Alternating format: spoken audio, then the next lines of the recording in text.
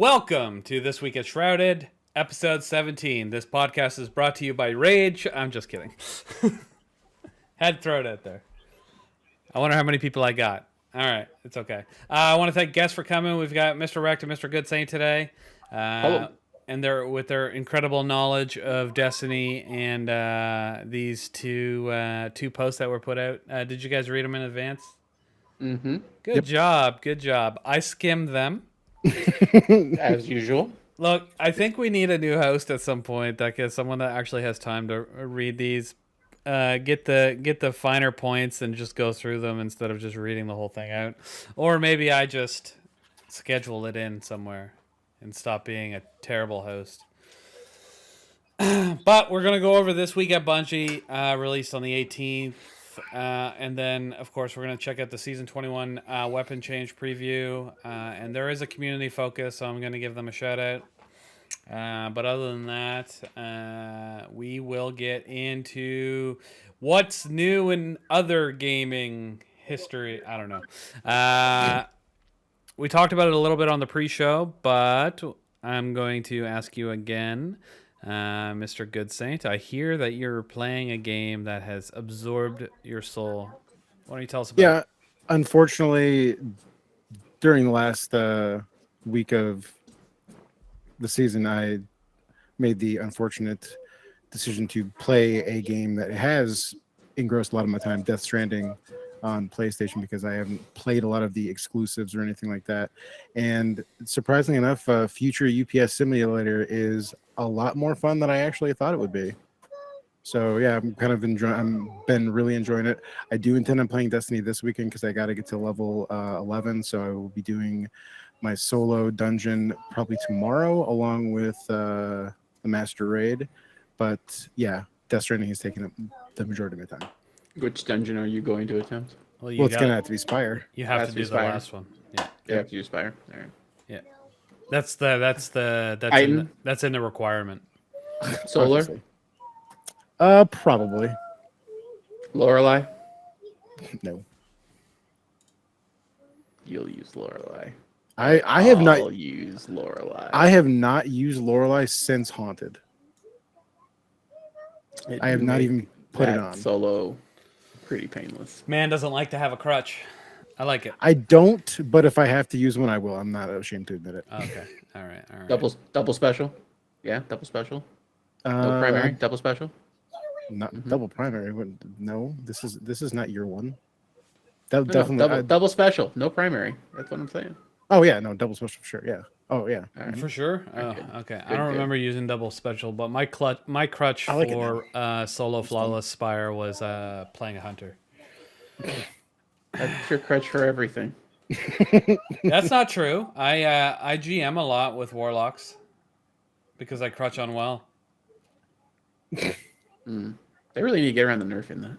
Yeah, that'd be fine. Then I'll just play Void Hunter. Need to take that pesky damage bonus off of Will and just have it be healing. Yeah, that'd be fine then. I'd be okay with that. Let us use our debuffs for the damage bonus. I'd be fine with that. Anyway, so you've been playing Death Stranding. Yeah, no. I know we talked about it before, but I was a big fan of that. I wasn't sold on it originally when it was announced, and then more and more trailers came out. And I don't know why. This is the stupidest thing, but I was amazed. I don't know if games just sucked back then, but I remember the first trailer that came out that had him use the extendable ladder to get from one... I don't know, to get over like a gap or something. Yeah. I forget exactly what it was. And I was like, all right, I'm playing this game. I don't know why that sold me, but I was just like, I love physics. And I mean, it uses actual physics, the ladder, you put it in certain spots. And I mean, the driving in this game is horrendous. I will say that. Okay. Yeah. I don't remember a whole bunch of that. Yeah, I don't remember. I don't know. I liked it though. You enjoy the physics of having a larger group of a group of packages on your back that's so large it's bigger than both you and the little motorcycle you're driving on. Right? But it's okay. How That's do they not stay what I was up? talking about. Are they magnetized or what? That is never explained. While you're trying very carefully to keep your balance so none of your shit falls off the Oh, side. wait till you get like the little hoverboard thing, and you're like, you've got. Oh, yeah, like, no, I already have it. You've Yeah, got 100 of them on your back, and then you've also got your like dragging shit, Mm-hmm. and you're just like going down the side of a mountain. All right, I didn't say I liked all the physics in the game. I don't know why. I just remember seeing that trailer and being like, "That ladder's cool. I'm playing that game." I'm just picturing Greener sitting on that couch behind him playing Death Strand on the TV. One box falls off the side, and he's just a chef's kiss to the physics. Love it.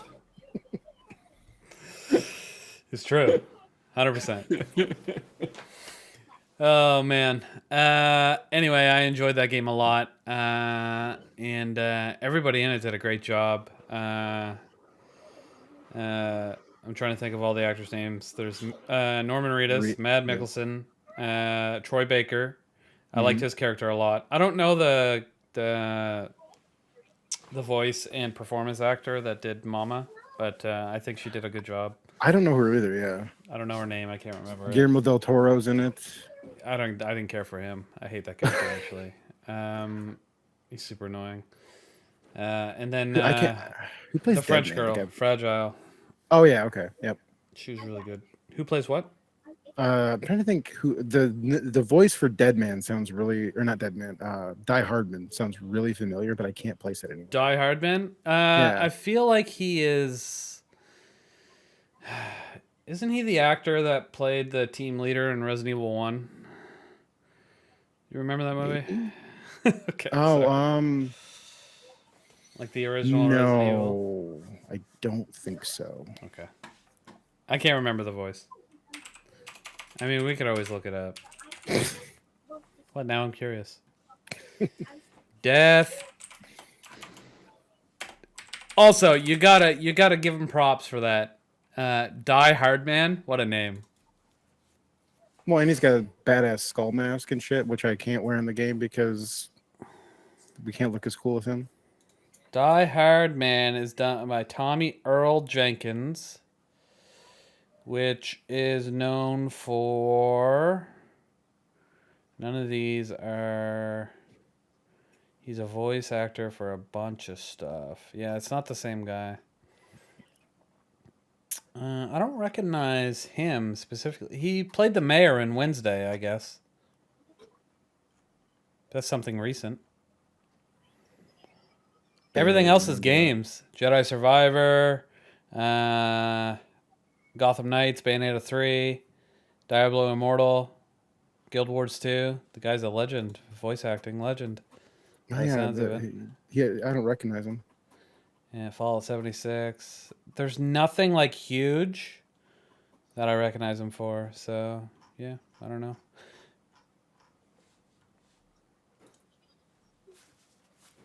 Yeah. Anyway, good game. Wrecked? I didn't play anything other than Destiny. I did make two decisions. One, I went ahead and did my pre-order for Diablo 4. So I'm doing that, but nice. I also deleted Overwatch 2 off my computer after their announcement earlier this week. Somebody wanted PvE. Yeah, PvE. Yeah, I get it though. That was a huge announcement and a huge selling point for a lot of people, and then they're just like, "No, we're not going to do it." Obviously, there was something going wrong. It wasn't working. We all understand that. It's a concept, but to just give up on it seemed a little strange to me. Well, that could be a Microsoft thing, right?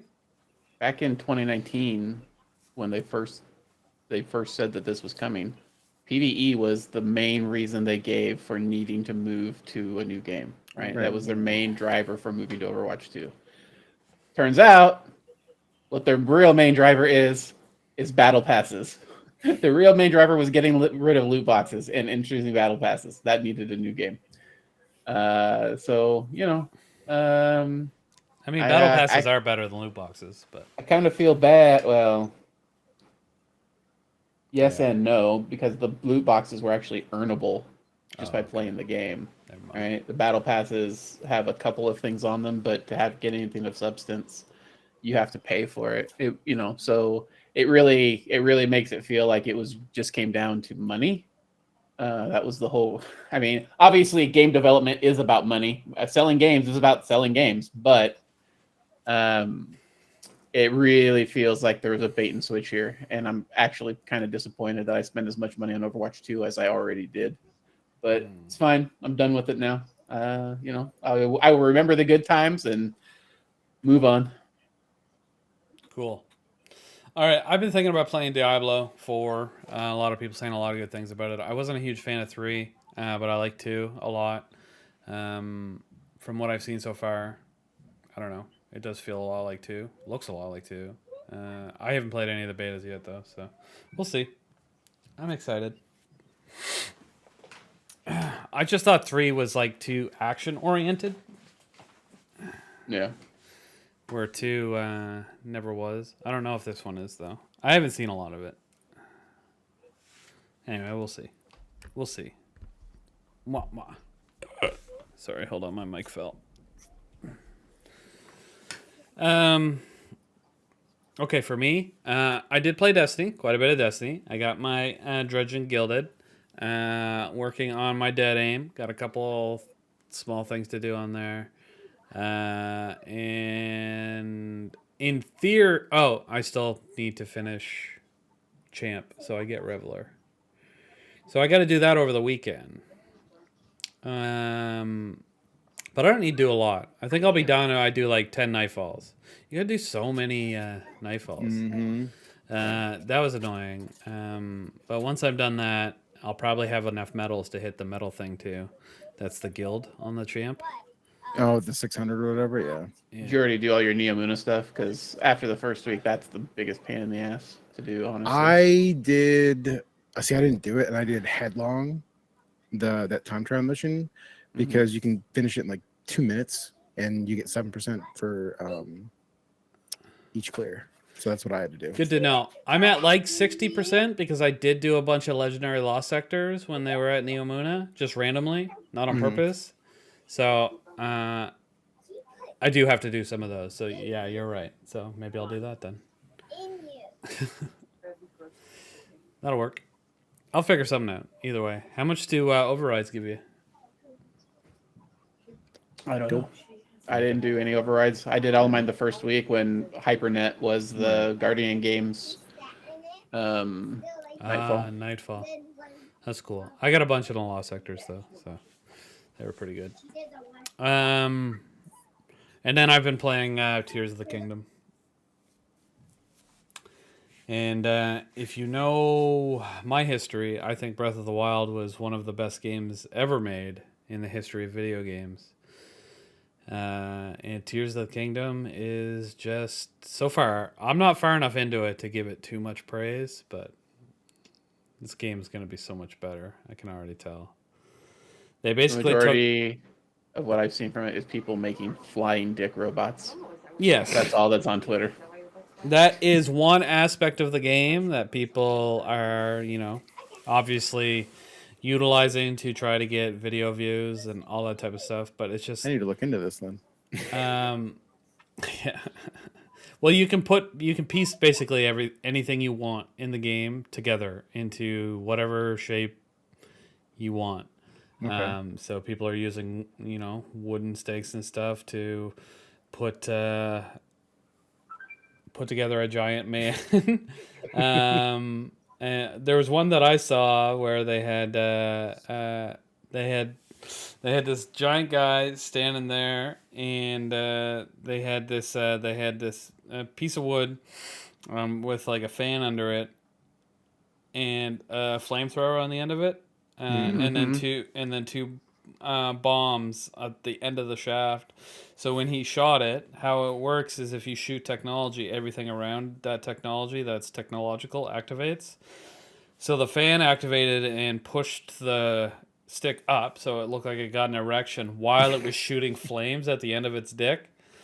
And then that activated the testicles, which are bombs, and then eventually the whole guy just exploded and the face fell onto the ground. Yeah. It was pretty The one funny. I saw is somebody literally made a construct that was just a giant penis that was flying around in circles, beating enemies to death. Awesome. I need to play this game now. Yeah. Anyway, so for a lot of people, anybody that's talking negatively about it is basically they're mentioning two things. One of them being that it's on Switch, so it's inherently 30 frames per second, which does slog sometimes. So did Breath of the Wild back in the day, so it was only reasonable that this game would. The fact they added a bunch to it, and a lot of people were concerned that they were utilizing the same map. For anybody who didn't play Breath of the Wild, that doesn't matter because the most part of the most amazing thing about those games are the discovery factor. Because there's just so much random bullshit to find scattered throughout the world, and there's so many nooks and crannies. It's totally unbelievable. But Breath of the Wild kind of solved that by, they did use the same map, but they've changed it all around. There was an upheaval. They've added 2 different layers of the same map with sky islands, and then a whole mirror map underground. You can dive into these like holes that are scattered throughout Hyrule, and they go and it's all seamless. So you can go from a sky island, dive straight down, look around, see one of those holes, hit that hole while still skydiving down through it, and then you still fall for I don't know, 10 seconds, 15 seconds, just boom, and then it opens up into this huge cavern that, from what I can tell, is the same size as the map above. And it's like hard mode, pretty much. You get down there, everything's harder, everything's worse. You can get cursed, all this shit, and everything is pitch black. You have to light your way using these little flowers that you can put on the end of your arrow, and you shoot it, and when it lands, it lights up, and it lights your way through. And then you can find these little tree shrines that are got fluorescent trunks, and you activate them, and it'll do a little a pretty big circle around you, and light up that space. So it's definitely interesting. I haven't seen enough of it yet to comprehend or to understand if there's a lot of hidden secrets down there as well. But I'm excited to get into that game and play it more, just because I don't know, I love it. And then when Breath of the Wild came out, 6 months later, they released a master mode to the game, which it made everything harder and different enemies, and your durability is worse, and there was a bunch of different things that it added. So I'm expecting to get through this game. They'll release that, and then I'll play it all over again on master mode, like I did Breath of the Wild. That's my expectation, anyway. I love that. Ugh. Nintendo is amazing. Sorry, they make some of the best games in the world. If you don't play Nintendo games, you're insane. You guys do you have a Switch? My kid does. Yeah. You play any of the games on it? No.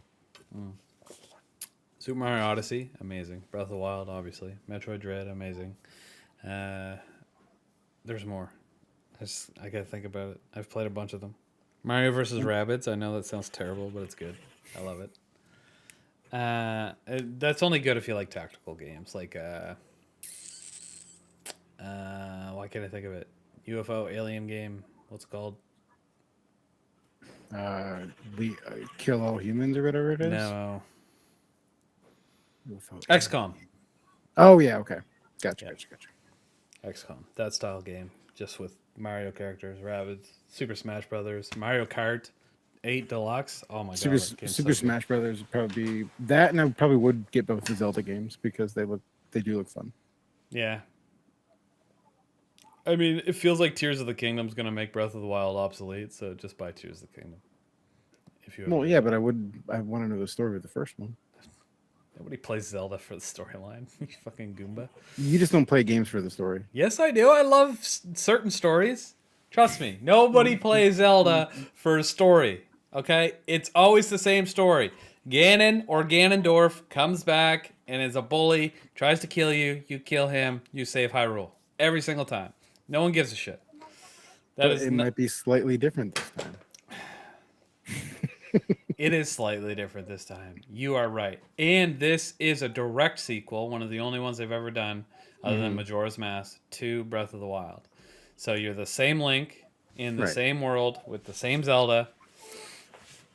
And then instead of fighting Ganon, like you did in Breath of the Wild, well, I haven't even seen him yet, but I saw him in a trailer. I don't know why Nintendo spoiled that for me.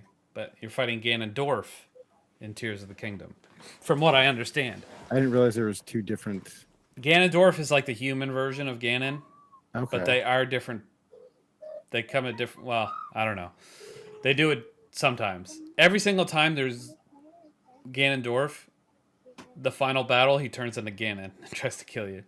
But in Breath of the Wild, Calamity Ganon was the big bad right from the start to the end. But like Ocarina of Time's Ganondorf, you kill him, he turns into Ganon, tries to kill you. Wind Waker, it's Ganondorf. You try to kill, or you kill him, he turns into Ganon, and then you kill him again. Okay. And then I'm only suspecting, I think it would be weird since we already fought Calamity Ganon in Breath of the Wild. But I'm suspecting I fight Ganondorf at the end of Tears of the Kingdom, he's going to turn into Ganon and try to kill me. That's a guess. But then there's a bunch of other games where it's just Ganon, just a giant pig man. Giant pigman. Okay. Yeah, that's what he is. I only know the human Ganondorf. That's all I know. Oh, Ganon was the original. He was in the original Nintendo. He was in a Link to the Past, which was the Super Nintendo Zelda. He was in the cartoon in the 90s. If you ever watched that. Oh, yeah. No. And Link is not silent, and he's one of the most fucking annoying people you've ever met in your life.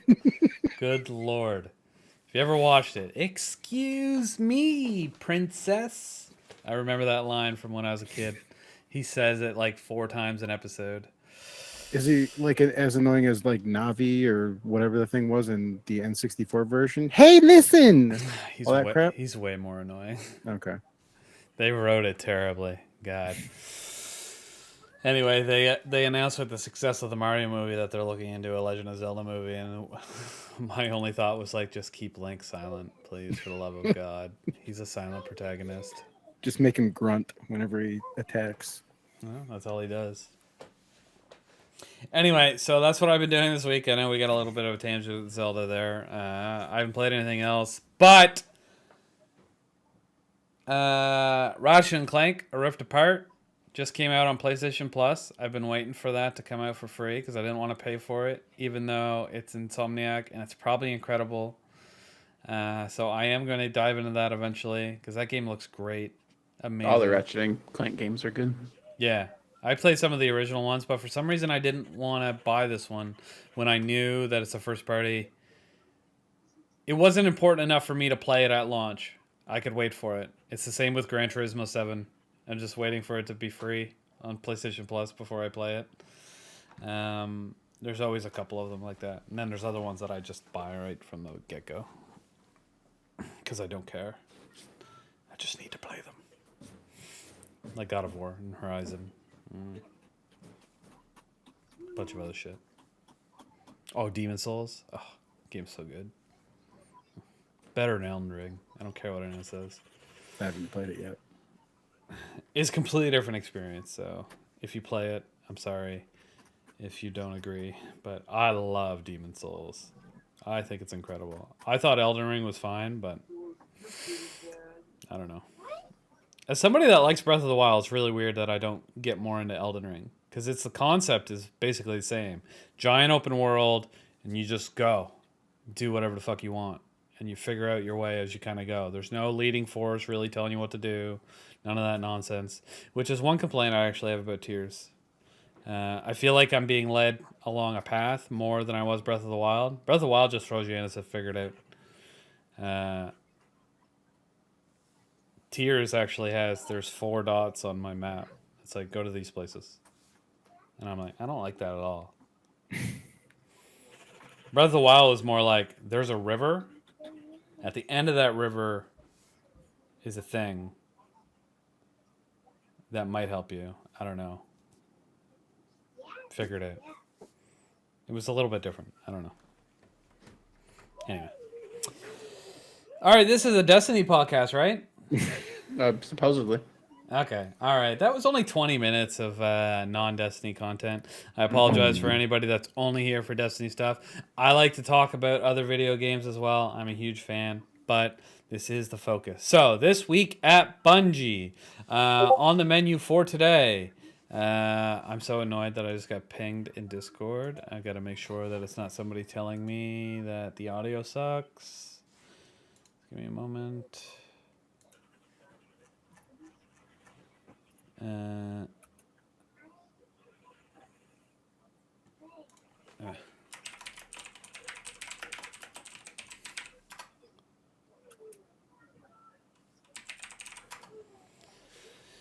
Somebody wants me to raid right now.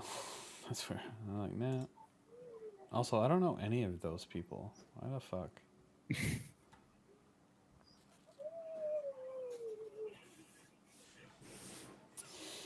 Anyway.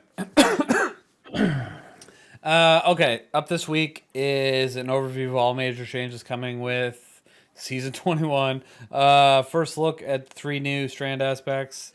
An in-depth preview of the seasonal artifact, an update to how enemy shields look, a note from the engineering team, updated standings for the Guardian game stuff, the Asian Bungie emblem thing, and the new Twitch bounty emblem. Oh yeah, Twitch bounty emblem. That's right. Gift me subs. Alrighty. So as I said earlier, I didn't read any. You guys still see that if I do that? Oh, you do. Check that out. What if I? Cool.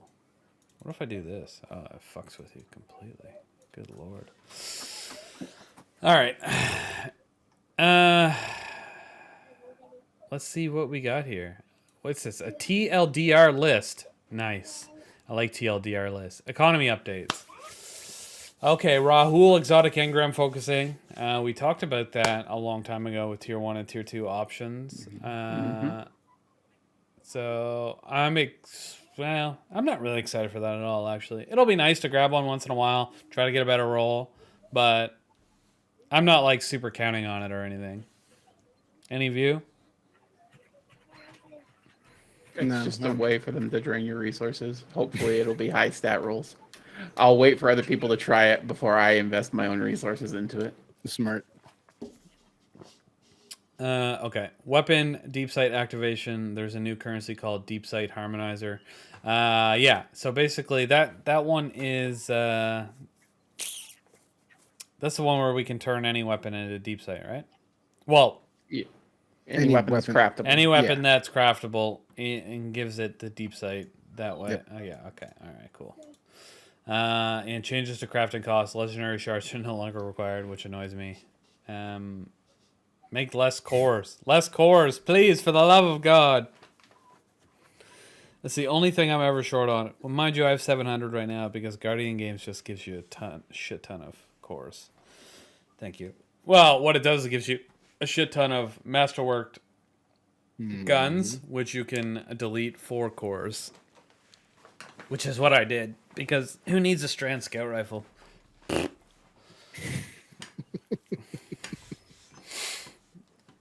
Okay. A lot of this stuff is just the stuff they talked about before. Not this specifically, but that's... Yes, it is. Never mind. Holy brain melt. So we talked about... we'll get to that in a second. We talked about ability tuning weeks ago. Mm-hmm. Yep. The exotic armor tuning not too long ago.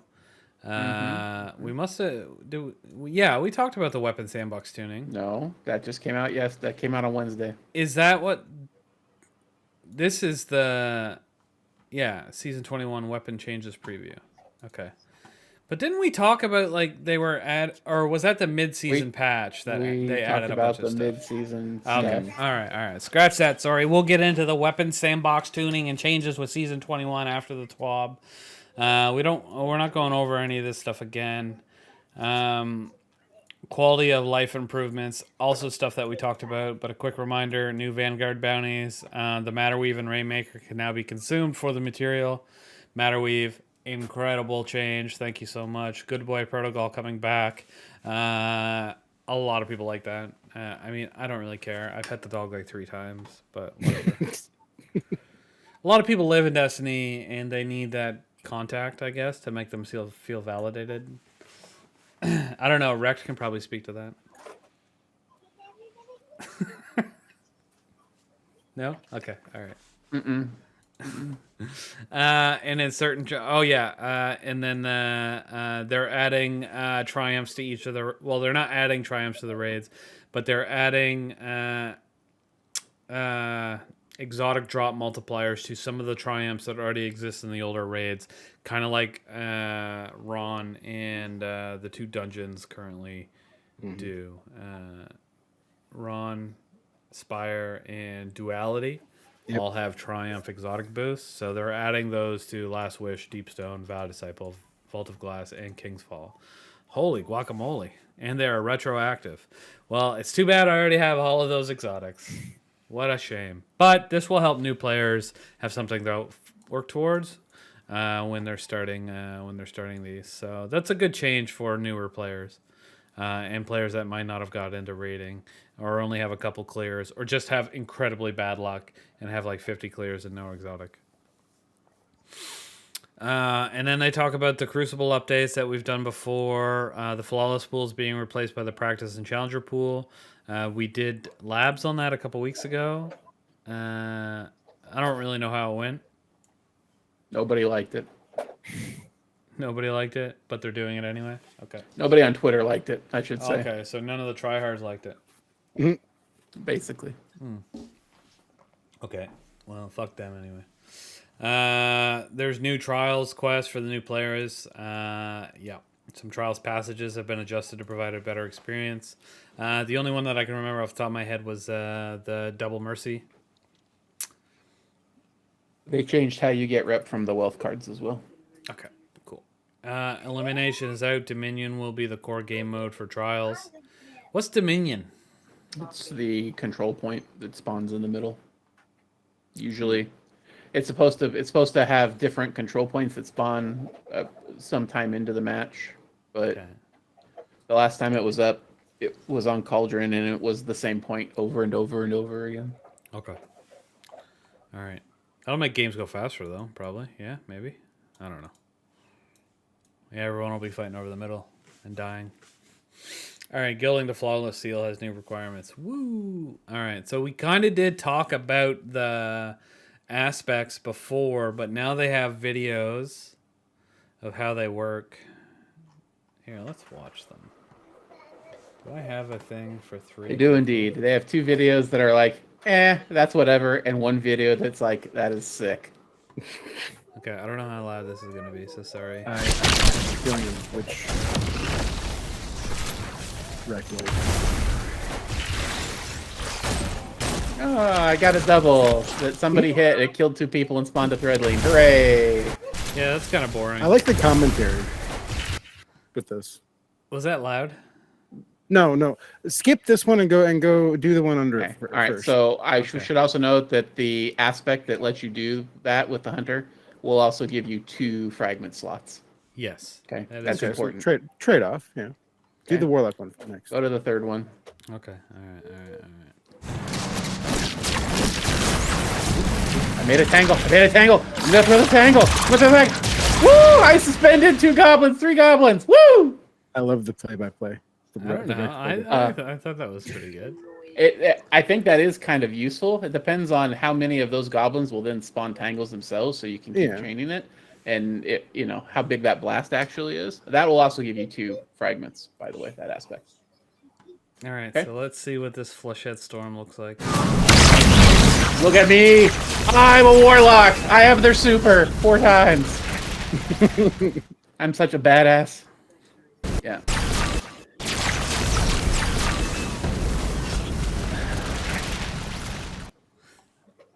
It seems to be Titan's got the long stick on this particular. Well, Titans were particular- such whiny bitches about their green punch super that maybe they decided to give them a little bit of an extra. I like the green punch super. It's the same thing as all the other ones, but it's fun, Yeah, And that one will only give you 1 fragment slot. which understandable. it should give you 0.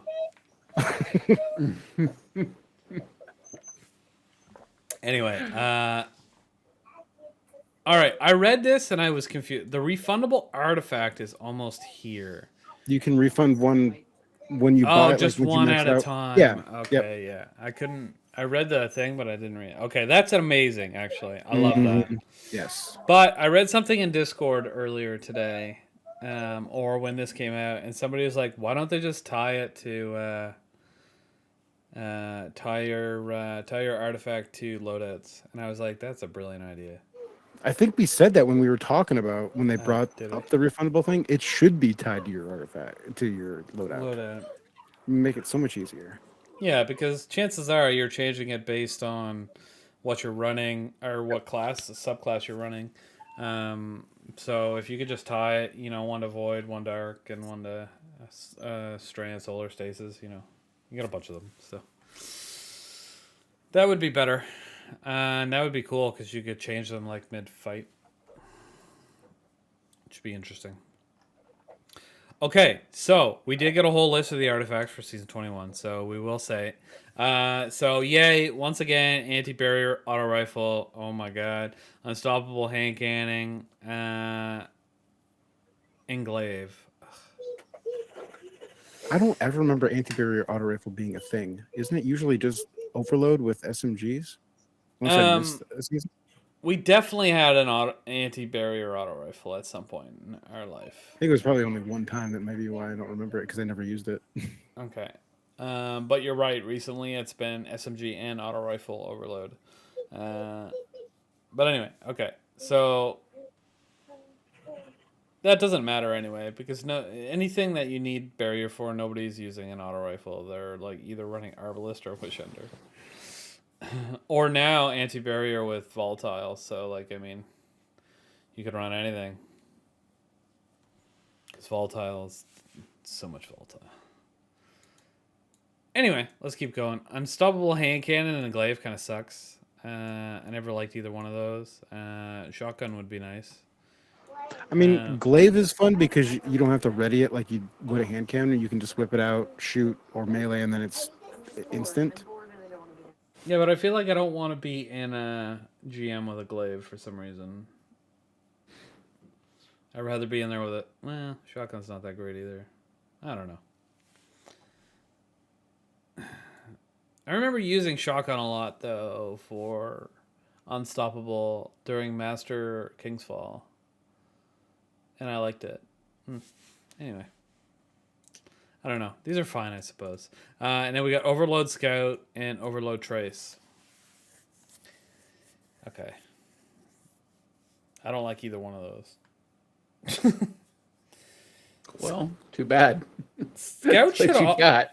should always just be barrier. I hate the concept I of would using agree a with scout that. rifle for anything other than barrier. I think that's stupid. And nobody... Does anybody use trace rifles? Yes. Yeah. Okay. Trace rifle is my main weapon when I'm running double special all the time. Oh, you and your double special, though. You're obsessed. No, because you can use your trace rifle as a primary, basically. Yeah, okay, but I can use a primary as a primary. Yeah, trace rifles do more damage though. Mm-hmm. A higher DPS. They don't feel like it. I feel like I'm shooting them with that laser for like 20 years before they die. Or I wish under them once in the head and they're dead. Maybe you should craft some decent trace rifles. Bro, you don't have to craft a wave splitter. I mean, if your wave splitter is basically a heavy weapon when you pick up an orb, especially if you have volatile flow on this season. Oh, I know. But it's boring. I don't know. I don't like it. I tried it for a little bit after you like talked it all out, but I was like, oh, this just doesn't feel fun. Oh no, it's very fun. Okay. We can have different opinions. All right, column 2 is authorized mods decrease. So we got Arc Void, Strand, and Melee mods, which was interesting. And then what's the Technicolor Siphon grants access to helmet armor mods that combine the effects of Strand Siphon and Arc Siphon mods. Okay, cool stuff. Those are interesting. Okay, column 3. Improved unraveling. All right. So increase the damage by unraveling. Dealt by unraveling a target, which is cool. Deeper Origins greatly improves the benefit provided by unsated hunger, nanotech tracer rockets, harmonic resonance, and noble D traits. Okay, so those are the traits. Unsated will be the new trait next season. Yeah, I was gonna say that must be the new one because this is the Neomuna trait. I don't. What is this one? That's the Ron trait, right? Harmonic resonance. Root of Nightmares. Pretty sure that's the Root of Nightmares one. And Noble Deeds.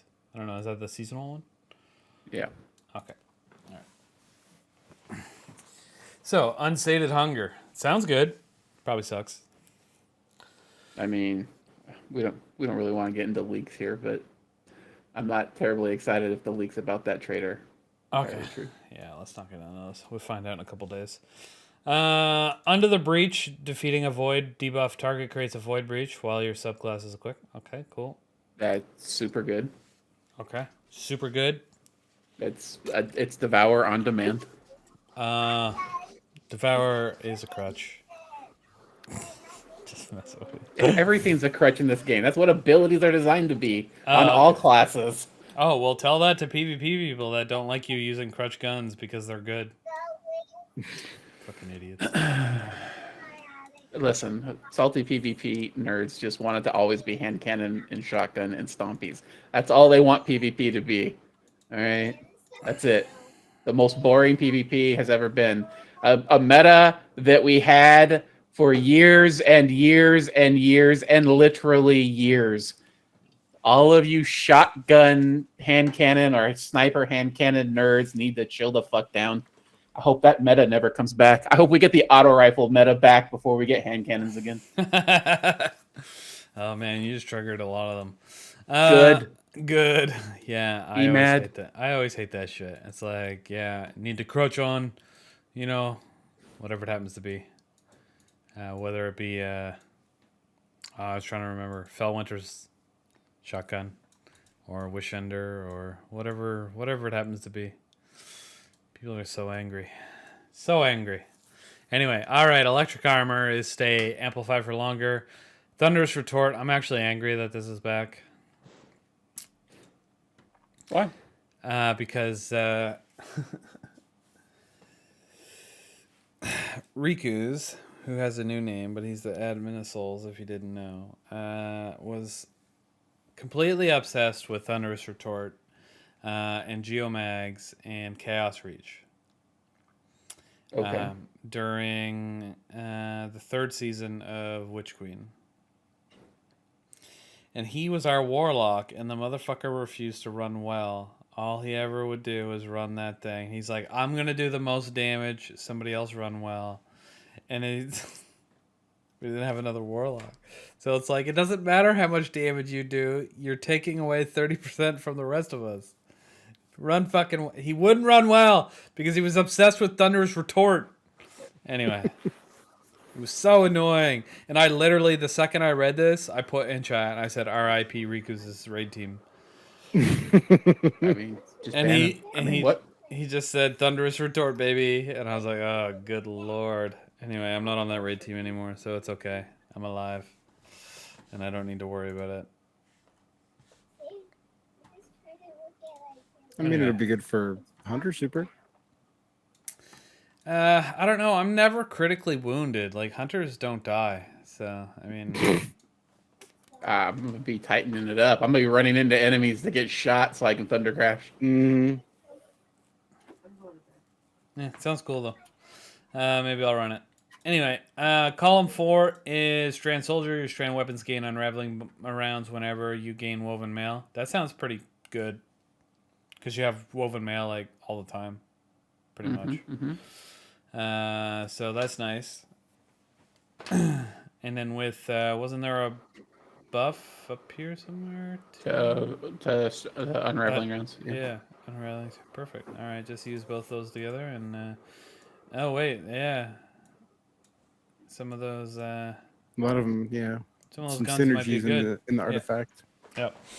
Okay, then overcharged armory, weapons with unsated hunger. Okay, so all those things again.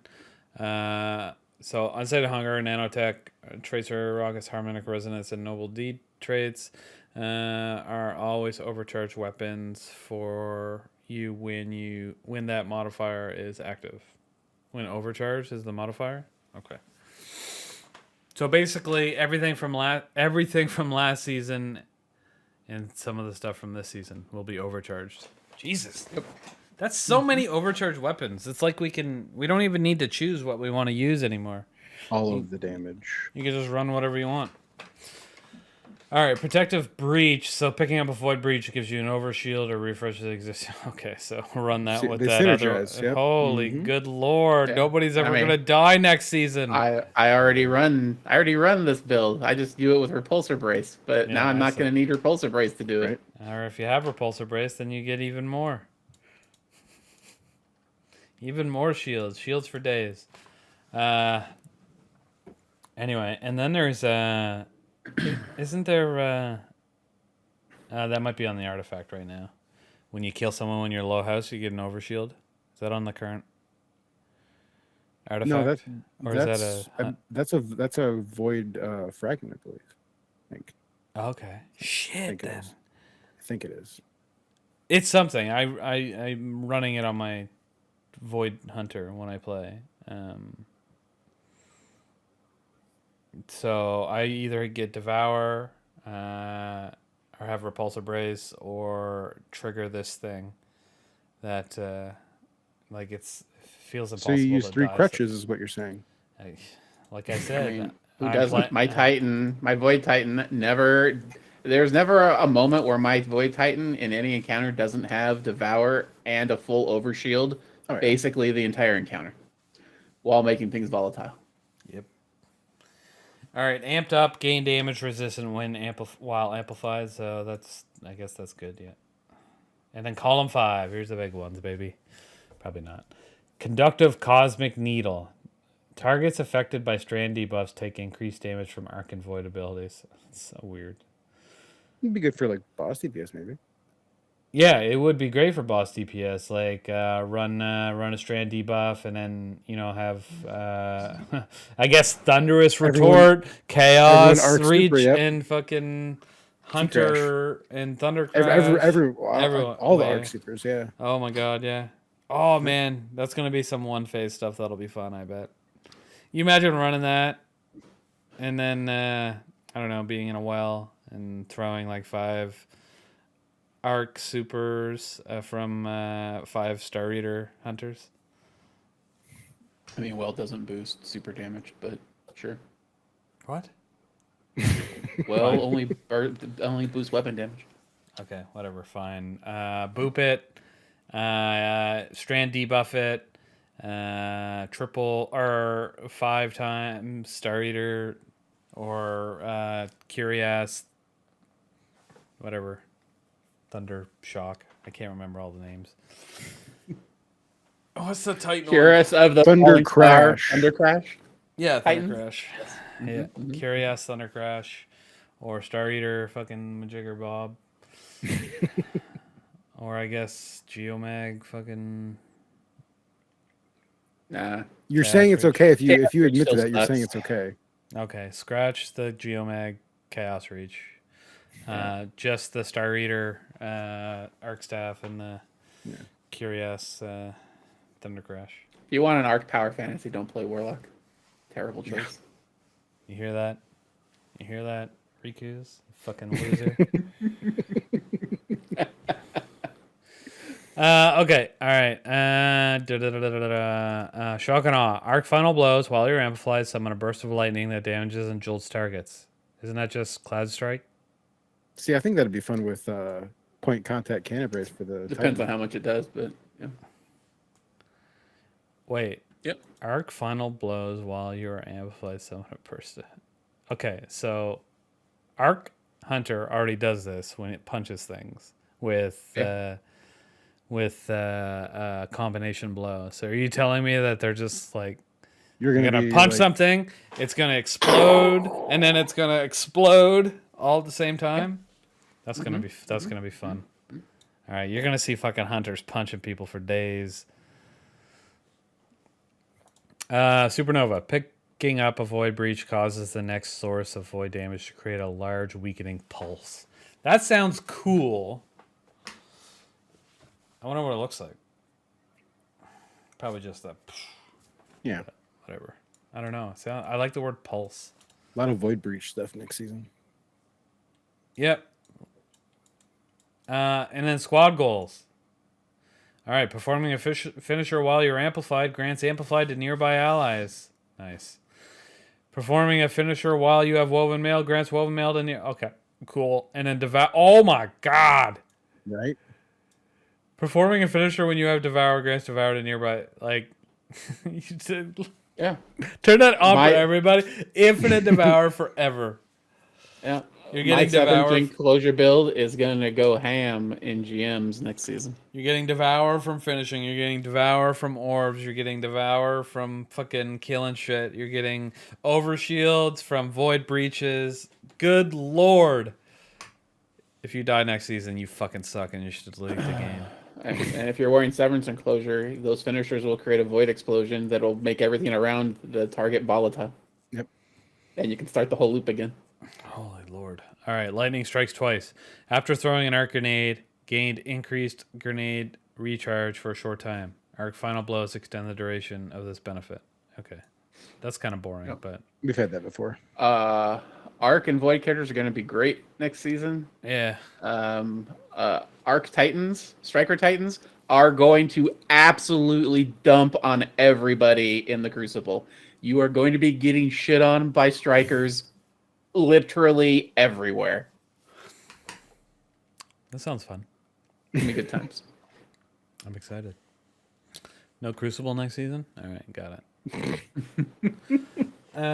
All right, we'll show this even though most people seen it already, and then we'll I get don't like everyone's this, opinion. But that's me. Oh, Continue. That's not what I wanted. Wait, what is this one? Okay, broken. Yeah. All right, so they're changing the shields, the From- shield graphics. From this, as we all know, the grid, like... Well, yeah, that's the Vex shield. Yeah. cylindrical thing. And they're changing it to this. Oh my god, why can't you fucking full screen anything? God, Bungie, fix your embeds. Can I full screen it now? No, I broke it. Okay, alright, there you go. You can see it anyway. And everybody is going to have that kind of shield. Yeah. So I've heard this is for accessibility reasons. Yeah, that's what they said Yeah. below it. Yep. Okay. Which, for those reasons, I can accept. Like they say that it's going to be, there's going to be, instead of you being able to decipher what element I need to take the shield out, given by its color, there'll be effects within the shield that you can distinguish. Okay, that means it's a void shield. That means it's a solo shield. For those reasons, it's cool. I just think the new shields are hideous compared to the old shields. So I like how they were race specific to me, but I think it takes a little flavor out of the game personally, Yeah, but for exactly. me, it's whatever. It's not a huge deal. I'm not going to get all up in arms about it. But however, I want to point out something that came up on the old Twitters after this was announced. And that this is an accessibility change, but apparently the new graphic they're using looks, for people that have a certain kind of epilepsy and have a certain kind of, when they're getting ready to have a seizure, they will have some kind of flares in their vision that looks exactly like these shields. Ooh. There is a thread with like 1,000 responses I saw where people with this problem were saying, "This makes me feel like I'm about to have a seizure." That's not good. No. I mean, it's a risk of playing video games in general, right? How many games have an epilepsy warning at the beginning of them? But anyway, I just found that interesting. That's all. So you had mentioned that we're gonna see other ways other than the color. So are all shields gonna be purple? No, I assume they'll still be different colors, but they'll be like the shimmery effect that void shield has. Okay. I'm assuming that'll be what it looks like inside the shield, and then solar will look something different. Same with arc and whatever. Kind of maybe how like the stasis were this season, how you had like the or not the stasis, the strand had like the strand waves or something like that. Gotcha. Maybe there'll be those kind of effects, but for every shield. Okay. I was like, what? Okay, that makes sense. All right. My opinion is, yeah, I did like the old shields better. I thought this was weird when I first looked at it. Now that I've watched it over and over again, it looks a little less weird. Originally, it didn't look like it surrounded the character. It looked like it was just like an arch. But the closer you look, you can see it like going around them. So I'm less annoyed. But also at the same time, I understand accessibility. And if this makes it easier for some people, maybe it doesn't based on what Rick said, but they thought they were doing a good thing. So maybe we'll see a new change coming up. Okay. So stabilizing. From what I read about this is, I don't know, they changed the new hardware and it like fucked shit up. And they're still trying to fix it. So they made some changes so they could do things under the hood. Mm-hmm. It's caused some problems. Mm-hmm. They're changing some things again. Mm-hmm. They admitted that downtime's been a problem Mm-hmm. this season, and they've announced that the maintenance windows every Tuesdays are going to be longer than normal. They're going to be an average of 1.5 hours whenever something has to be taken down on Tuesdays. Boom. So. I think they should just take it down for like 6 hours minimum. I mean, whatever they got to do. If 1.5 hours is enough for them to make sure that we don't have some of the stability issues we've had. There was one just last night where for a few hours people were getting babooned like crazy, right? But if doing this will get them to will reduce the amount of times that happens, I'm all for it. I feel like there's just so much they could do in like half a day to make sure that the servers are more stable on a regular basis. If they just scheduled it in, and then people would get used to it eventually, they'd stop bitching and moaning, and it would just be this thing. Tuesday afternoon, you don't play Destiny, you go fucking do something else. I don't know. I mean, people are already bitching and moaning at an hour and a half. Why can't you do this in the middle of the night? And I'm like, it's because it's in the middle of the day for someone somewhere. Come on. Right. Chill out. Even if it's the middle of the night, like that's not right to make them work in the middle of the night. Like that's so fucked up. Like fuck off. Jesus Christ, nobody wants to work a midnight shift. Especially for some fucking game. Anyway. Guardian games are coming to an end. Last week, Hunters were in third place. We are gaining ground in both the Destiny 2 Guardian games and the SGC Guardian games. Because now we're the best, I'm pretty sure, right? Yep. In the SGC Guardian games. Based on the calculations I was forced to use, yes. Forced to use? That is true. All right. Anyway, Titans are still in first place, and in the in-game, nothing's going to change that. But I'm okay with beating the Hunters. I mean Warlocks. I'm good with that. Okay. Well, we ain't going to beat the Titans now. Jesus Lord. Save us. I did notice on Twitter, like, there was like a unofficial like Destiny account that was congratulating Titans for winning the Guardian games, and I wondered to myself, like, do they I'm pretty sure they still use the full amount of medals, not who won the most days, right? Probably. So say because you could do say Titans, for example, Titans day 1 hunters, Titans day 2 hunters, Titans day 3 hunters. But then if it's only 4 days and it's Titan day 4 and hunters, like they still have the ability to win. So I think it's a bit premature to be announcing that. Now I don't think we're gonna win by any means, but my point is I think it was there was still like was yesterday, I'm pretty sure. So there was like 4 or 5 days left. And I was Just like, go put a bunch of medals in this weekend, Green. You single-handedly carry the Hunter team to victory. yeah, okay. That wasn't necessarily my point. My point is like I think some people are thinking that it's just like automatically if you win the most days you win. I just don't think that's accurate. I always thought that's how it was, but maybe I'm wrong. But I know that like the last week counts as like double. We I actually don't know. don't know anything about how Guardian Games works this year. No. They didn't go into any of the details about scoring, so who knows? Bungie is just picking the winner. There's some math behind it, probably. Somewhere. Math. Or when they had that oopsie at the beginning, that was really next Tuesday it's gonna be Warlocks win out of the blue, even though they've only won 4 days. But they were right behind Titans or Hunters every single time. It's fine. Yeah. Don't worry about it. No questions. No questions. Yeah. That's hilarious. All right, top 4.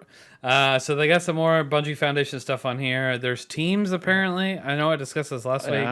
And one of the teams got disqualified this week. I heard. Because Okay. they were cheating or something. They were doing something unsportsmanlike. Who are these teams and what are they doing? I'm not- Do you know what this is about? Like, who's Popcorn? Who's this guy? Who's this guy? Who's this guy?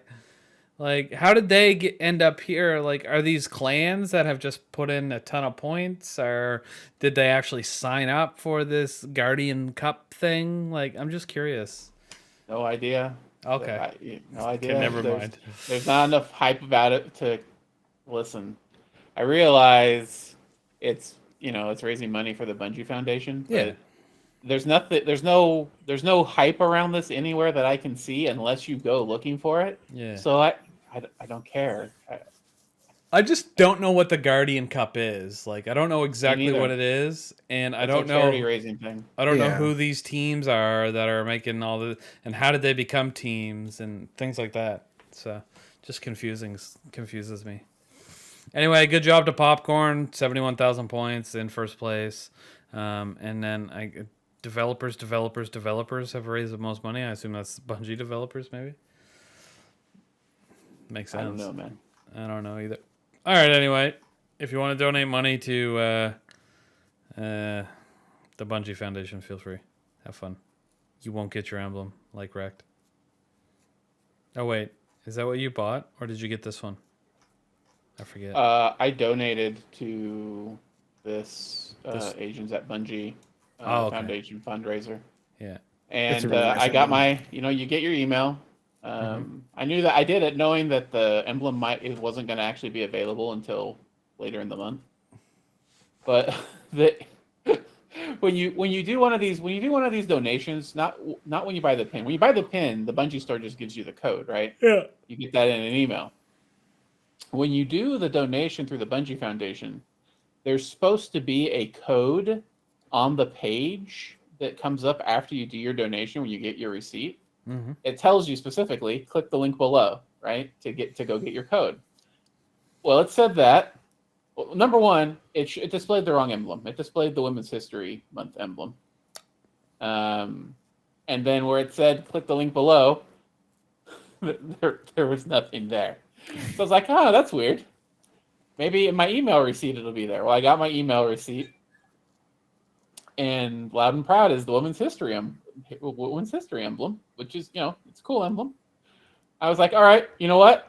I'm happy to take this. If they put my money there instead of to what I donated for, I'm all right. It's all charity. It's all good. But But then the email also says, "Hey, click this link," and there's no link there. That's so funny. Nice. All right. So I think I just threw some money out into the void. I don't know what charity it went to. It either went to this one or to the Women's History one, Yeah. the one about domestic violence. I don't know, but somebody got my $10, and I hope it helps with whichever cause actually got it. That works. Okay, so yeah. If you guys are interested, there's the Stand with Asians pin.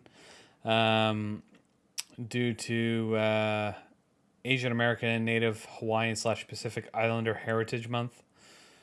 That was a lot. So that's the pin. The pin actually looks pretty cool, and it's got this little cloud thingy on here, which is also on the emblem. Feel free to donate or buy the pin or whatever. If you donate, though, you might or might not get the right one. I'm sure they'll get it sorted out. But... Maybe. Okay. Ooh, here we go. New emblem for gifting Shrouded Gaming only. Twitch subs during our streams. This doesn't work for any other Twitch account. That's a lie. Why would you say that? Everybody in Shrouded's going to give you their money anyway. Come on now. No, they don't. If everyone in Shrouded gave me their money, I'd have over 10,000 subs and not 400. The one who are going to donate, they donate to you.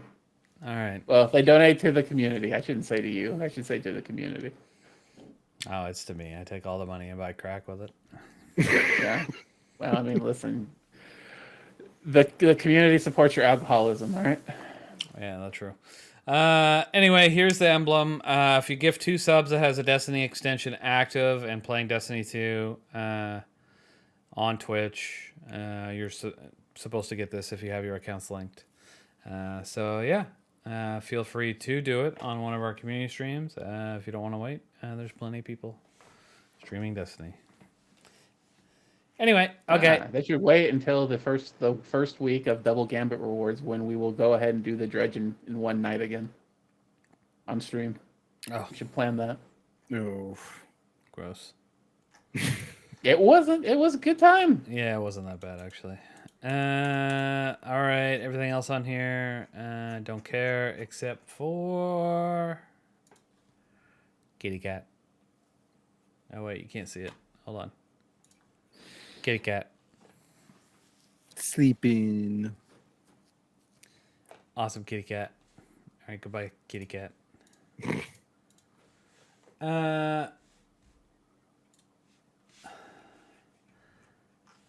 Wait, that's not the right one. This is what I want. All right. Season 21 weapon changes. Let's go through this quick. Okay. Weapon reticles are changing. They're going to be giving you more information depending on the state of your gun. Different guns will now have very different reticles, and the reticles will be different depending on if you're in ADS or not. Ooh. And they'll show like exotic perks active, stat counts, counters, all that kind of stuff.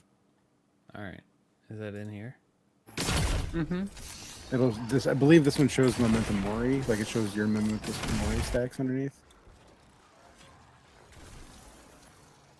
It's just demonstrating the different reticles. Oh. Oh yeah, look at that. Oh, hold on, I'm Sword not showing charge, and then there And then when he pulls out Ace, you'll see you'll see the stacks. Memento Mori counter. Yep, there it is right it. there. Oh, those little dots. Yep. Mm-hmm. That is actually good. I like that. I hope they figured And that out for a bunch of that stuff. This weapon in particular is getting its own special reticle. The Immortal. That's Shayros. Oh, I thought that was. Oh, well, that shows how much it'll play trials. No, I mean, those bullets are purple, dude. Come on now.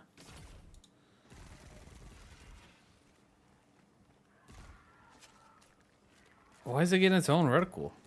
They said that the Immortal is. You getting see its how own reticle. you see how it doesn't stay in the center? It's No, when he moves, you see how it moves? experimental aim down sights reticle. That's That's fucking Oh, nuts. it does say share yours. It's not immortal. I misspoke. I mean, a lot of So weapons it is have that one. floaty reticles like that currently. So it is that particular weapon. I just thought it was the immortal. That was my bad. You say it does that anyway. I just haven't noticed it until I'm staring at it. All right, cool. All right, so yeah, Rec died. His connection is unstable. Oh. His house exploded. He's back. His house didn't explode. That's probably good. Mm-hmm. All right, we saw like the sword charge meter. It was pretty neat. Oh, he's dead again. He's alive. Yeah, I died. Sorry. It's okay. Okay. We talked about the experimental aim down sights reticle for Shurier's Wrath. All right, custom exotic weapon reticles for a bunch of stuff. You know, the charge meters added to things that charge, Devil's Ruin, Salvations, Grand Aperture. Perk counter showing on things like Ace of Spades that you just saw, Quicksilver, Storm, Grenade count, Lumina Noble, Round Shot count. Traveler Chosen, Gathering Light Stacks. So that's cool. Like, I like this. Perk Progress Meter. Okay, that's where the Mana Core is going to show up. Okay. Guess that'll look probably just kind of the same. It's probably going to be loop, but it's going to be like a meter building up, right? And then Perk Active shows when exotic perk is active. Hawkmoon, Aegis, Terra, Touch Malice. I'm sure. I think, I like this stuff. I'm not a huge fan of it, like, being way over on the left-hand side, Right. anyway, so I think I'll like this. I noticed this too, obviously, because I was looking at it. Inspection screen. But this was cool. Yeah, we can totally rotate our guns now. Isn't that neat?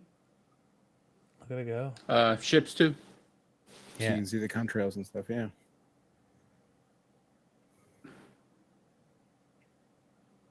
Sick. Finally did something right. I'm kidding. Okay, so that's good actually. I like that too. I always wondered what some sides of some of the guns look like. Okay, full auto melee. I know we talked about that a bunch. I don't know why it's in here. Let's you continue. No. So you can just hold down the button and constantly punch or swing Yeah. a glaive or sword or whatever. We've always known that though.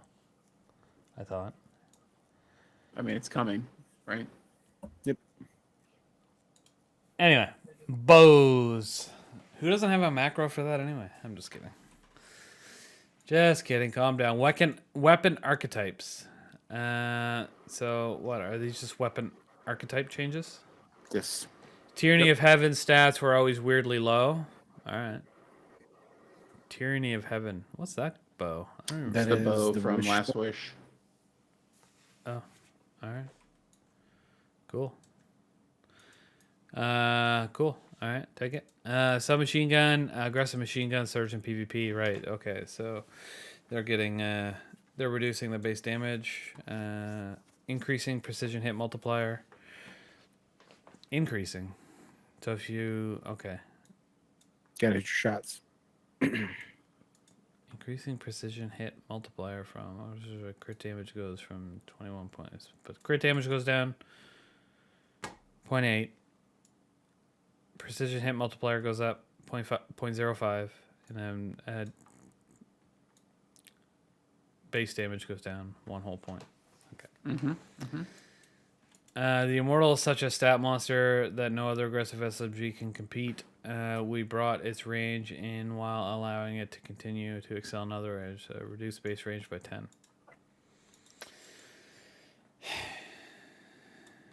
Immortal is still going to eat your ass in PvP. It's just because of Make no fucking mistake.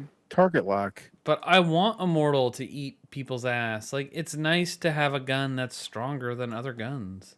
So, all right, I don't want to tangent too much, but we're Mercules and I forget the other guy's name. We're on Firing Line podcast this week talking about some more of the nuts and bolts of changes that are coming next season. And to your point, one of the things they said is that they knew Immortal was going to be hot when it came out. And all things considered, they want weapons that come from sources that are difficult to be very good. So their intent was for Immortal to be very good because you have to play Trials to get it. Yeah, it's understandable. Yeah. Okay, so why are they nerfing it? This nerf, well, they nerf things. All right. They also mentioned that contrary to things that have previously been said by developers, usage of a weapon is a major factor in what they decide to nerf, but also effectiveness. All right. So, for example, when Dead Man's Tale came out, all right, we'll compare Immortal and Dead Man's Tale. All right.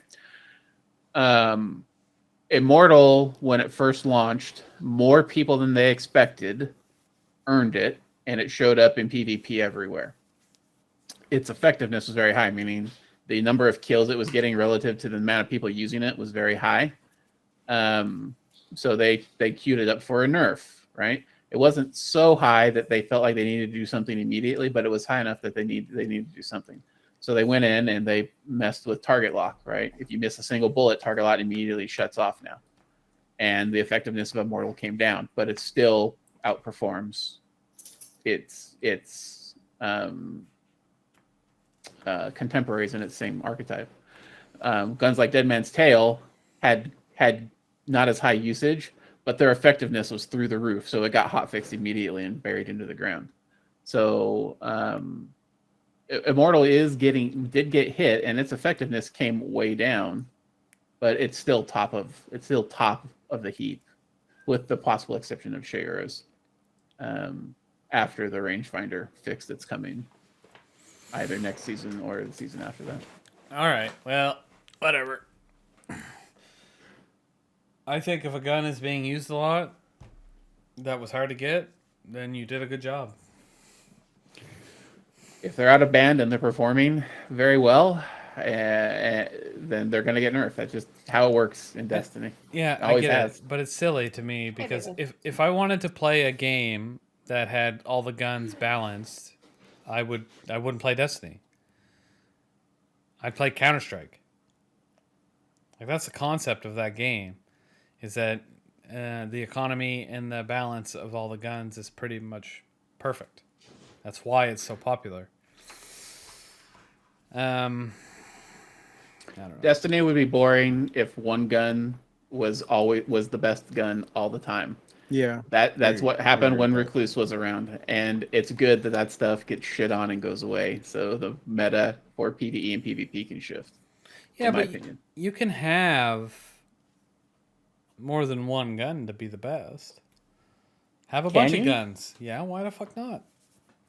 Okay, so if its effectiveness is so high, I don't know, shift some other stuff up to be equal with it. Shift the meta around that way. They do, by pushing things down and bringing other things up. Still, that's how it works. Don't pull things down. Just put everything up. You can't just constantly be moving the power up and up and up and up and up and up and up. Power creep. We've been there before. That's when half the game got sunset. Weren't you just bitching about Devour crutches earlier, right? Just power. You can't power creep in Crucible, so just update it in a different sandbox. Like, they're never going to change the weapons in such a way that they're going to be fundamentally different experience in the two different sandboxes. Stupid it's not idiots. Going to happen. All right. Then why don't my guns do as much damage in Gambit as they do in PvE? What do you mean? They do way less. No, they don't. Look at the PvE HP enemies. multipliers. Are the damage like the damage numbers are way lower? Well, the enemy health is not as high. Clearly, I don't have any problems killing enemies in PvP or in Gambit. I never said I had problems with it, but they're much easier to kill outside of Gambit. You want Gambit enemies to be as difficult as what? Everything's on a difficulty slider. Everything you do in this game is on a different difficulty slider now. I just want them to be as hard as patrols. All right. Neomuna Which patrols? Neomuna or the EDZ? EDZ. Well, I can suggest some games on the Switch that are more your speed. Ha ha ha ha ha ha ha. All right, so if they can't reduce or change the weapon damage in Crucible, why can't they change Guardian's health so it does the same thing? I mean, they could.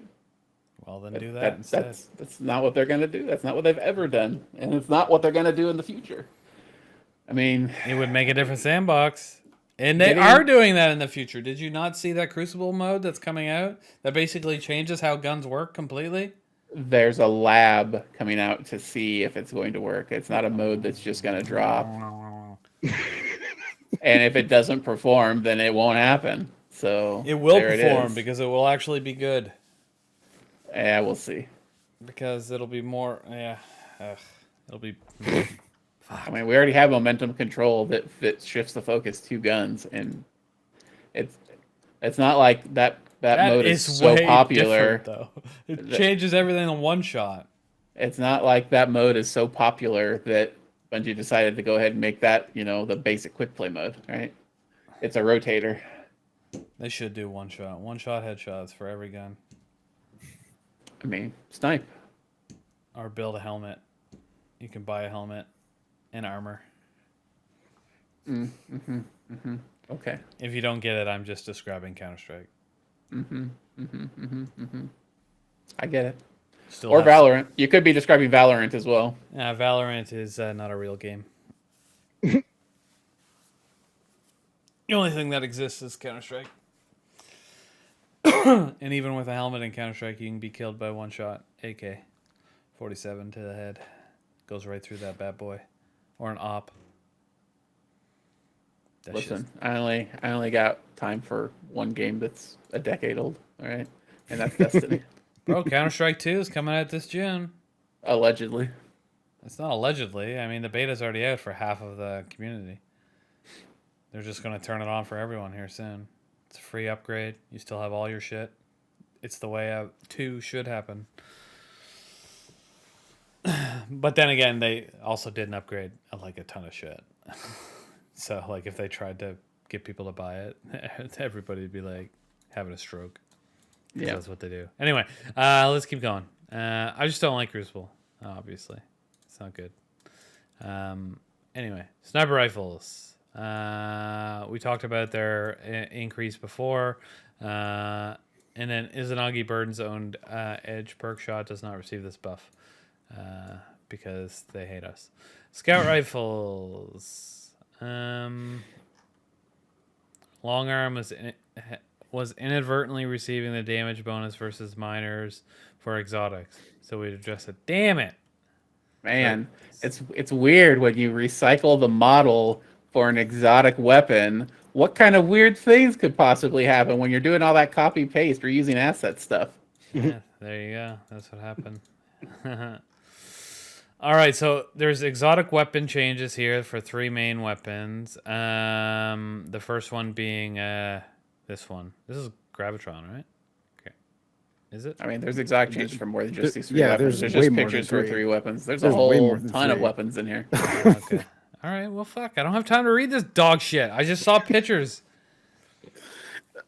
All right. Yeah, I see them now. Eyes of Tomorrow, multi-targeted volley, adaptive ordnance, exotic trait suggests it should be used to kill groups of enemies, but the rocket launcher ammo economy doesn't allow for that. Okay, I'm just gonna read these bits then. Killing 4 targets with a missile volley will refund 1 ammo. Okay, cool. Yes, it's gonna generate ammo out of the blue. Yep. All right, Graviton Lance's performance. So they increase the RPM from 257 to 300, reduce burst delay by 20%. Now matches Revision Zero's Hawkeye heavy rounds rate of fire. Cool. They rebalance the damage per shot. Oh, that's quite a jump. 9.5 to 19 for body shots.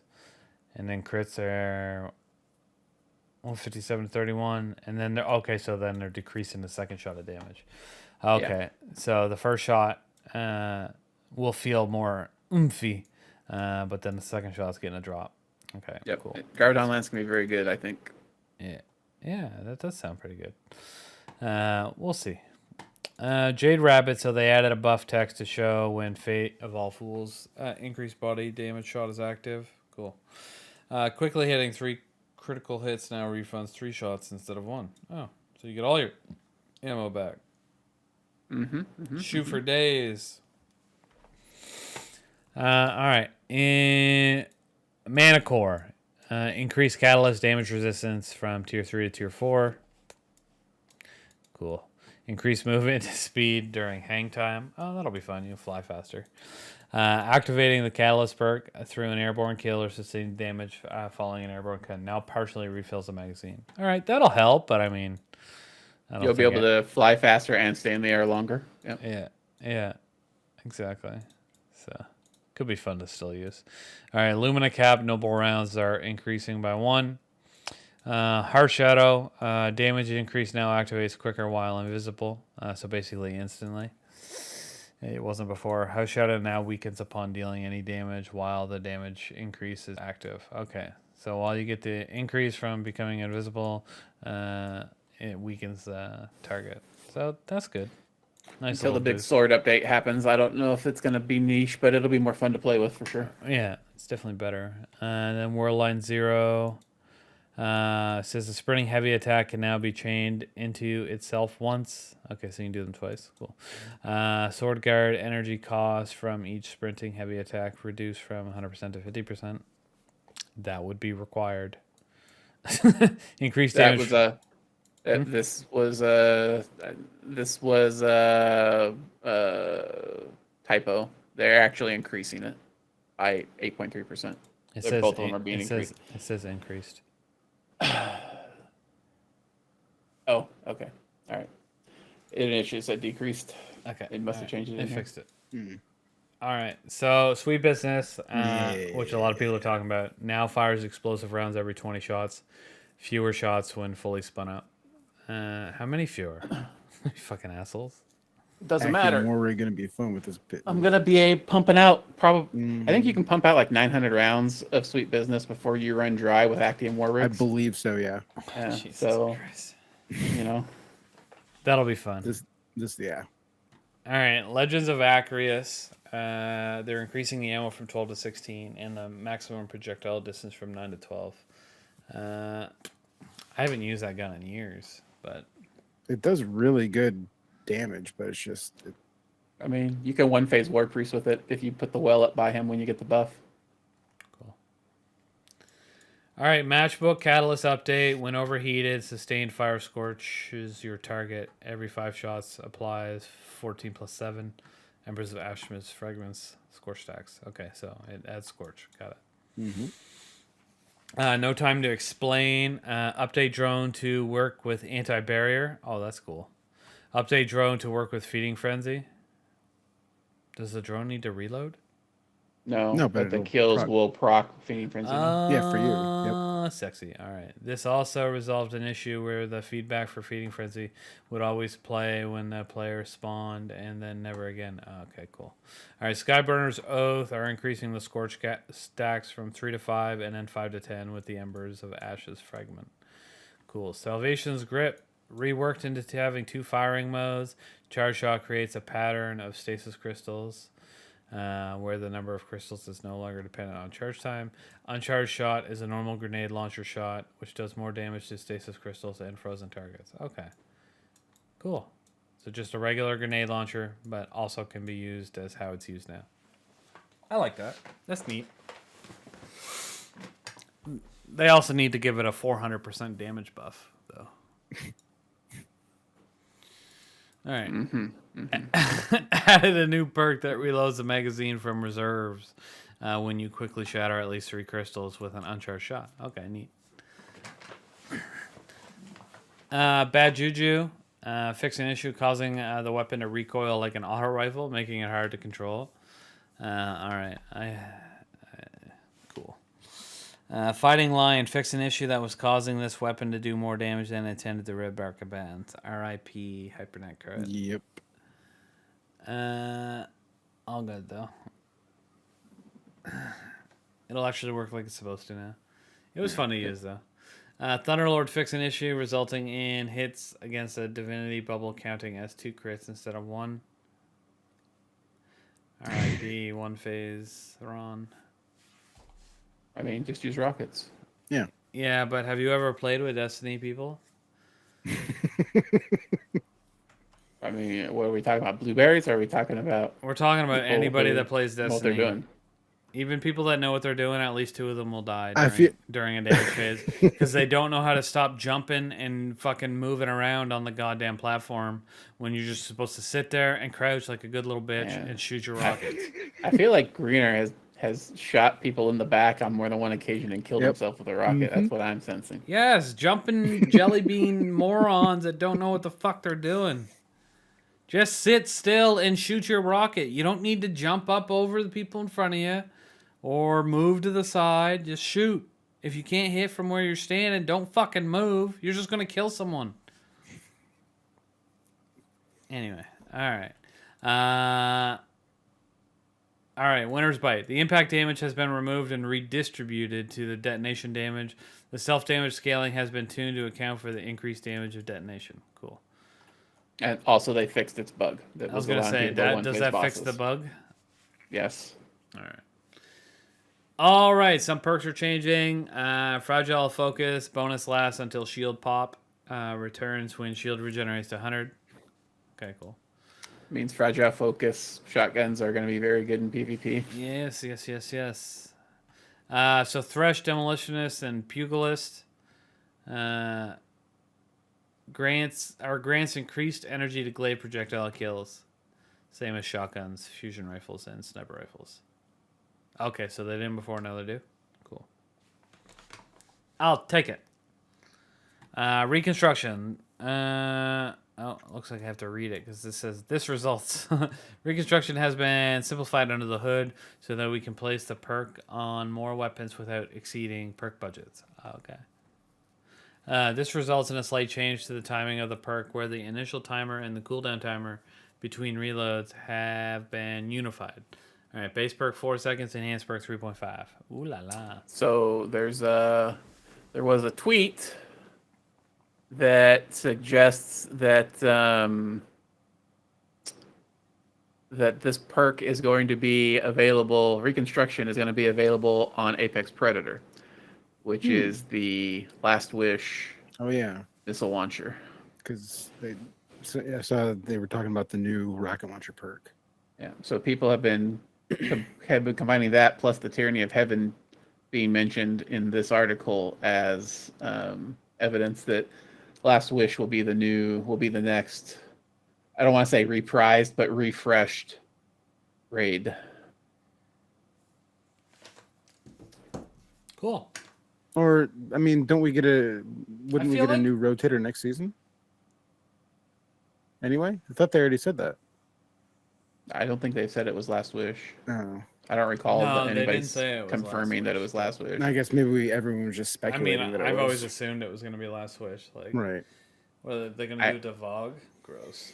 I would be real interested to see if it is Last Wish, if they fix Ribbon so you can't just do the cheese and you have to do the mechanics. Ooh. That sounds annoying. I just won't do it, ever. None of those guns are good enough for me to care. But they could be if they have all new perks. A rocket different launcher perk with pools. Reconstruction. That sounds pretty. That, Not having to that reload would be every that'd be at rocket, least yeah. 3 rockets in the tube without reloading. Demolitionist. Clown cartridge. Easy. Done. What if it can also have Demolitionist? Who knows? What if it can also have Clown cartridge and it can get 5 in the tube? You can get your whole load in one shot, man. Come on. Everyone loves blowing their load in one shot, their whole load. All right. All right. Yeah. Okay, Shoot to Loot is now getting the orbs that we talked on before. Currently, this only works on direct hits. The ability for orbs to be picked up with weapon detonations will be added in a future patch. So everybody talking about kinetic tremors, being able to pick everything up, won't work for orbs. Initially, but it's But coming. if you shoot the orb, the kinetic tremor is still. Does that work for ammo?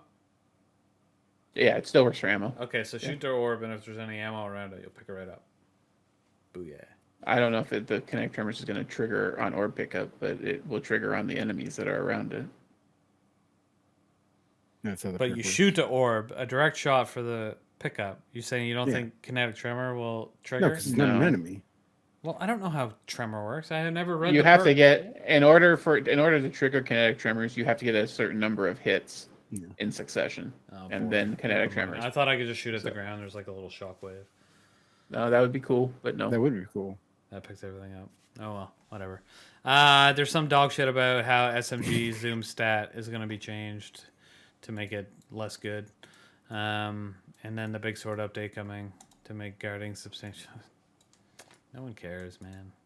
But what about the very last line? Okay, in the more distant future, we're working on an update to Sparrows. Oh yeah, that will allow players to use their favorites instead of always on time without touching always on time itself. It's basically just always on time transmog. Well, Maybe. I said Probably. that on Who knows? Twitter, okay, and then good lord, let me tell you, I didn't see this tweet. Oh, this should be good. I didn't see this one. all I said, somebody mentioned it in the that it was in the thingy above. Hold on. Holy fuck, where's my profile?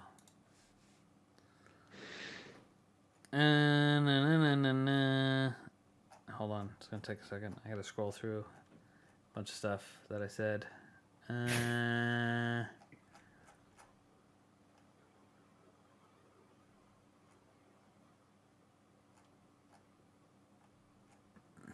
God damn it. Why do I talk so much?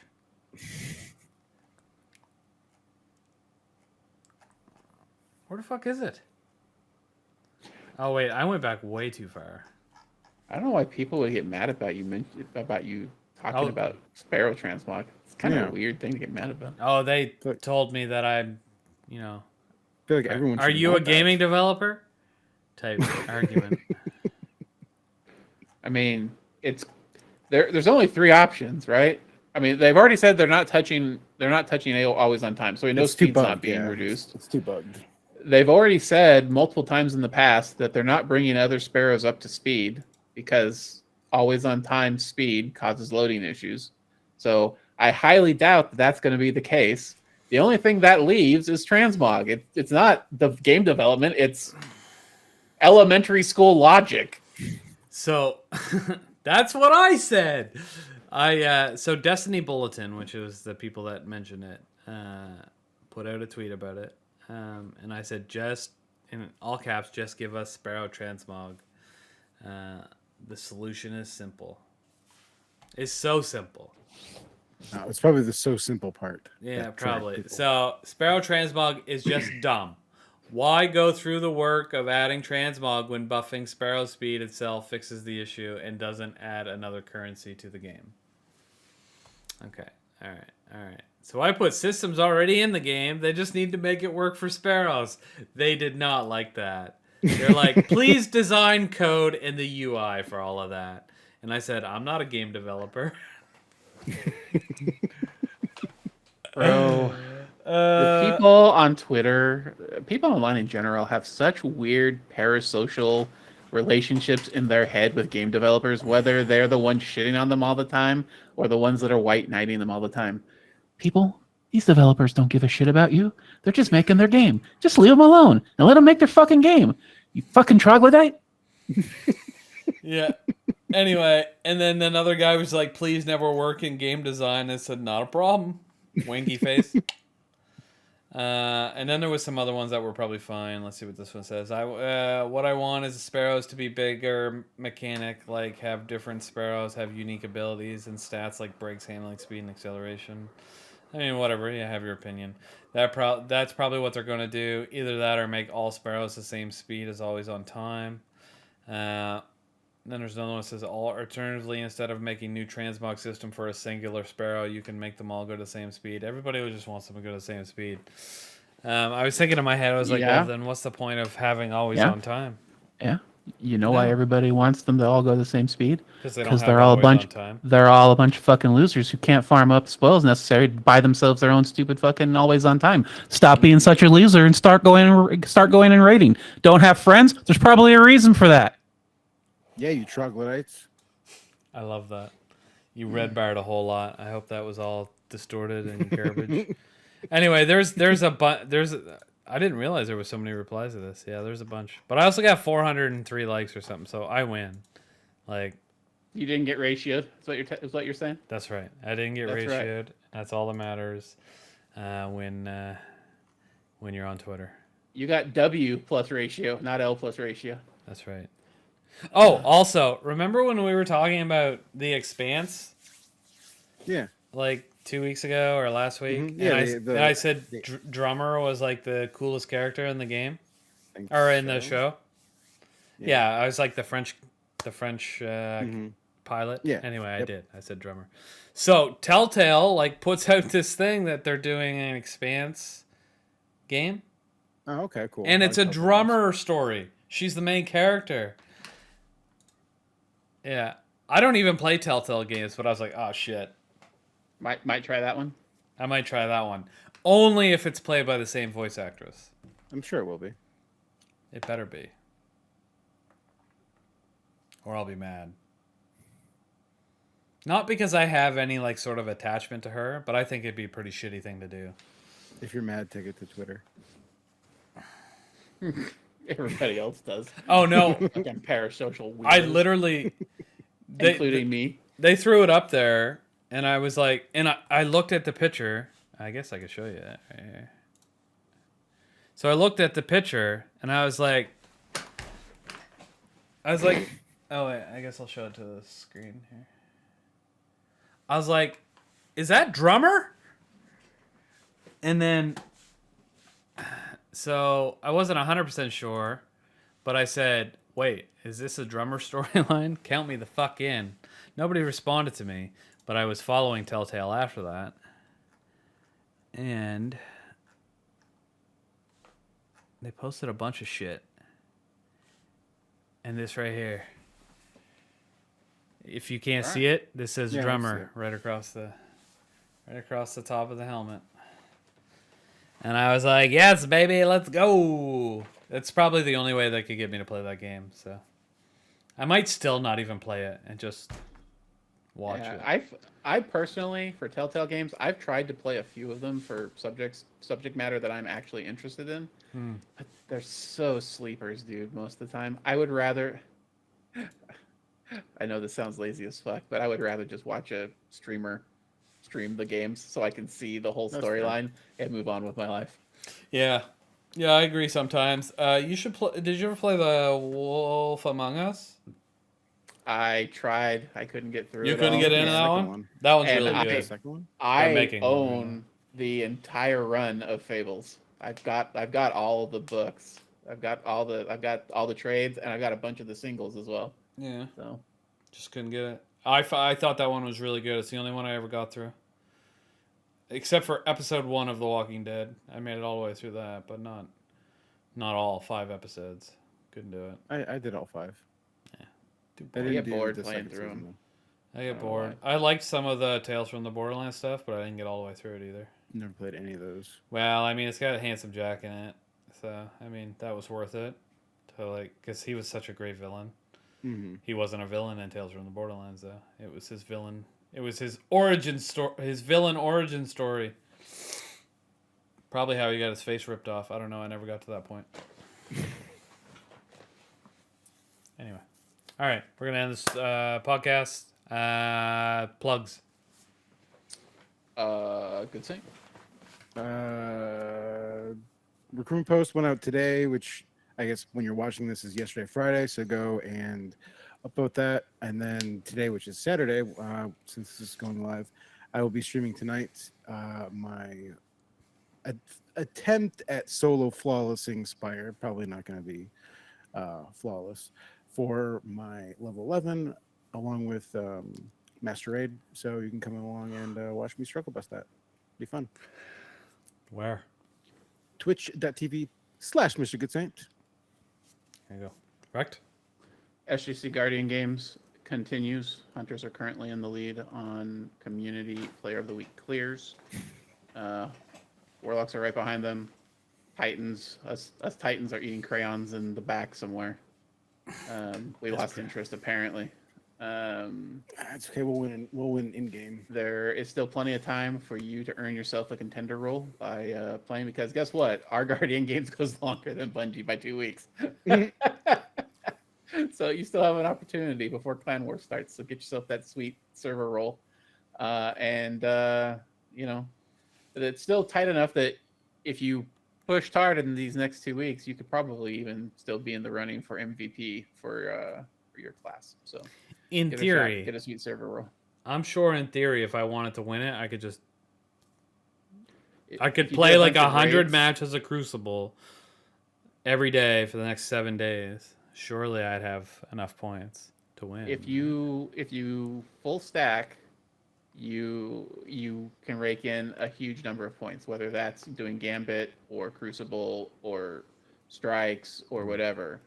We had a couple of people that went very hard in getting clears the first couple of days of the event, probably because they were doing lost sectors with somebody, doing their medals for Guardian Games.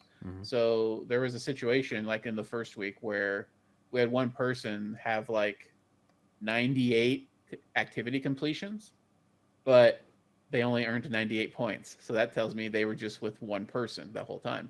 Meanwhile, I had somebody that did 68 completions and they earned 341 points. Tells me they were doing a bunch of 6-man activities, right? So there's still plenty of time for especially if you're a social player and play with a bunch of people in the SGC, that you can still earn some of this stuff. Our MVPs will also be getting some very awesome desk pads. I'm looking at one right now in front of me.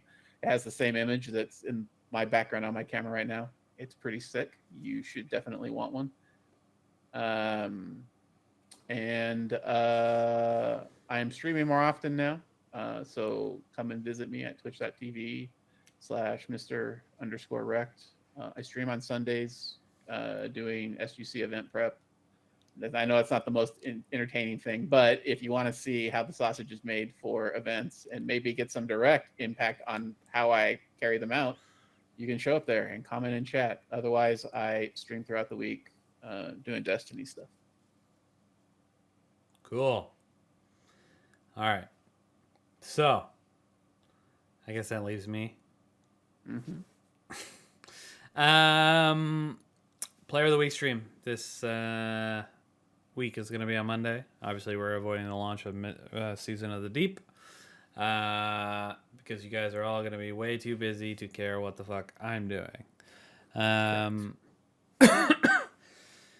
Next Saturday is the next Catastrophe stream. I'll be solo this month. Sag. But it takes place on May 27th. I don't know how I got to September so quickly. Jumping months. May 27th. We'll start in the afternoon sometime and hopefully go into the early morning because we're poor. So, I'm just kidding. Hopefully it'll be a good time. Maybe I can come up with some fun things to do. I don't know. Probably not. Just the standard old nonsense.